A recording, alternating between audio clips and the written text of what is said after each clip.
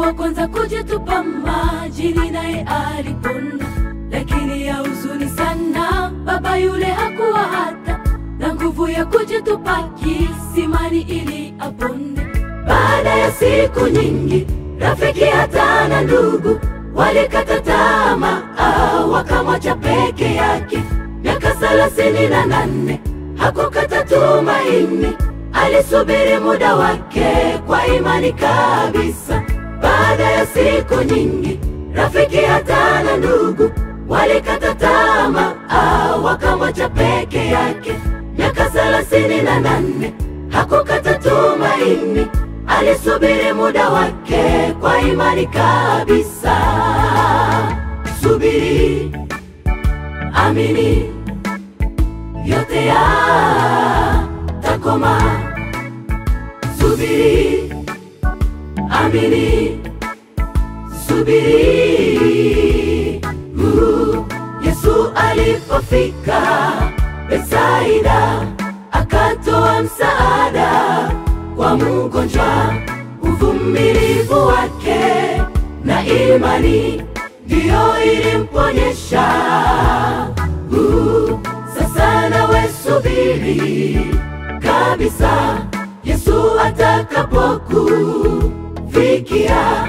Jaribu zako zote na tatizo zitavunjwa na Yesu.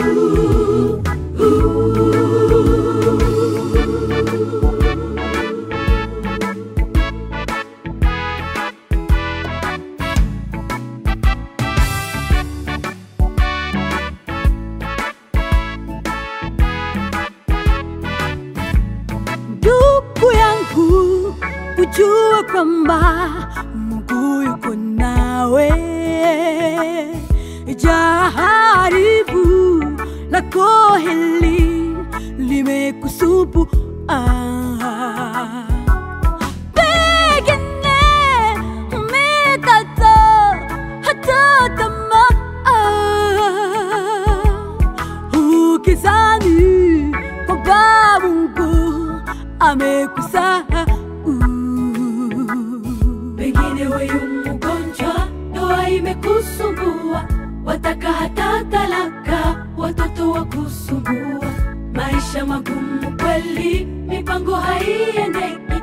Umemaliza hata shule, lakini kazi hauna. Shikilia imani yako, jaribu lisikutoe kwenye kundi la walio muamini Yesu Kristo. Hata jaribu lako liwe la aina gani, jua kwamba kuna mwanaume shujaa na yeye ni Yesu. Shikilia imani yako, jaribu lisikutoe kwenye kundi la walio muamini Yesu Kristo. Hata jaribu lako liwe la aina gani, jua kwamba kuna mwanaume shujaa na yeye ni Yesu. Subiri wewe, subiri, amini wewe, yote yatakoma. Subiri wewe, amini wewe, subiri.